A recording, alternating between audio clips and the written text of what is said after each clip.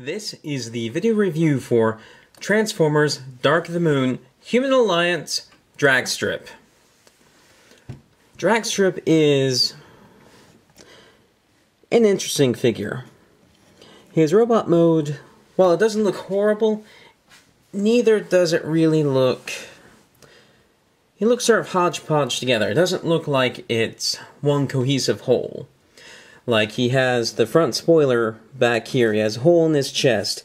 You can see the steering wheel here, popping into his chest. And while his lower body's fine, his upper body's kind of a mess. Now granted, given the movie aesthetic, that's not necessarily a bad thing, but it doesn't do him any favors either, because he does have his own fair share of other flaws. For example, his arm articulation is pitiful. Forward, back, and then the elbow goes inwards. He does have a rotation here, but given that this gets in the way here, it's hard to move it, especially since if that happens, it even popped the steering wheel off. So it's not... His arms aren't that well done. And the steering wheel comes off, just because he's so fiddly and everything kind of bumps together. It is a little bit difficult getting it put back together. I mean, I would almost even recommend just taking the steering wheel off and leaving it off, but oh well. So, you can get his arms like this, but then he has curling iron arms, and that doesn't really work either. So his arms... The best way to use them is like this, and just use this joint to get the arms out of the way of these wheels on his legs. And then, yeah, his chest parts here, they don't quite peg in as well as they should. I think super glue or future floor could be used to fix that, but I haven't tried yet. Mostly because I want to show what this figure is like stock. Now his legs are pretty nice. They go forward, back, out, rotate above the knee, and he gets quite a bit of range at the knee, only blocked by this wheel.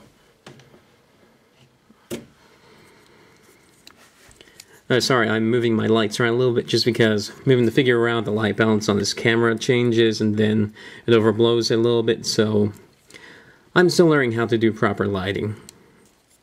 So, yeah, that's basically this figure. His head can turn left and right, and look, quite a bit down, not really up. I swear, once I find a decent way to put these lights where they work in 99.999% of the situations, I am never, ever moving them.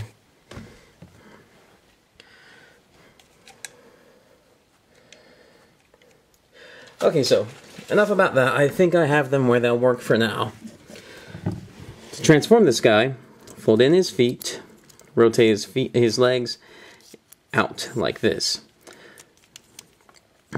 Pull this out first, get the steering wheel out of the chest cavity, and then fold the head down. Bring these up together. Rotate the forearms around, and then clip the front of the vehicle together. Take this down here, but where his wings on his back, and plug them together. Take the legs, plug them into the side, and then take the spoiler that was on his butt.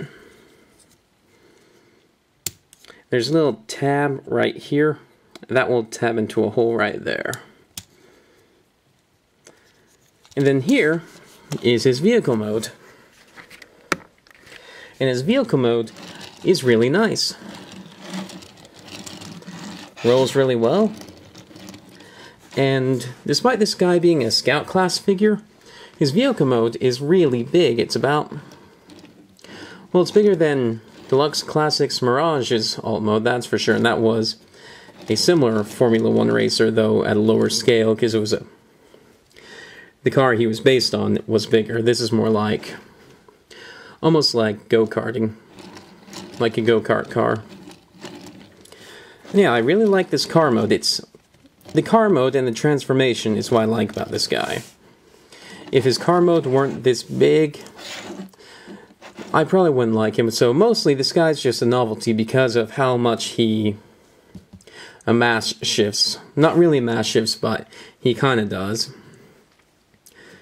And yeah, that's about all there is to this guy. He has weapon mode, but it's not worth talking about, and this is all that matters about this figure. And those are my thoughts. Thank you for watching.